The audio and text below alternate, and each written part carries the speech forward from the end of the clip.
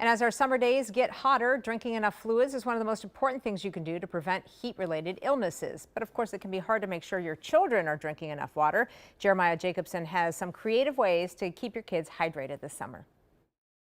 Much of our body is made up of water, and when it's hot outside, we have to refill it. Children can be especially vulnerable to dehydration.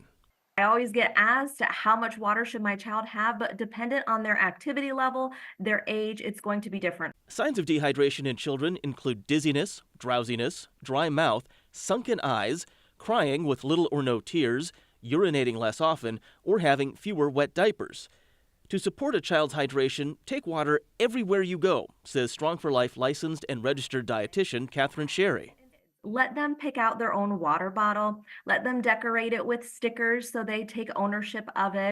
Sherry says to add fruits, veggies, and herbs to the water to make it full of flavor without adding excessive amounts of sugar. One thing I love to do is when my berries have seen better days in the fridge, I'll mash them up and put them in ice cube trays. And so I'll use that as ice. And as that ice starts to melt, it makes that water more sweet. Sherry says to avoid sports drinks unless the child is vigorously active in the heat, since food and water can replenish electrolytes without extra sugar, and limit the use of juice and other high-sugar beverages. There was a meta-analysis published that juice does contribute towards obesity in children. So when thinking about offering it, we want to keep it minimal.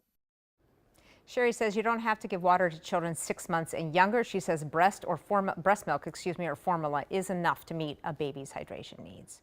We'll be back with your good news after the break.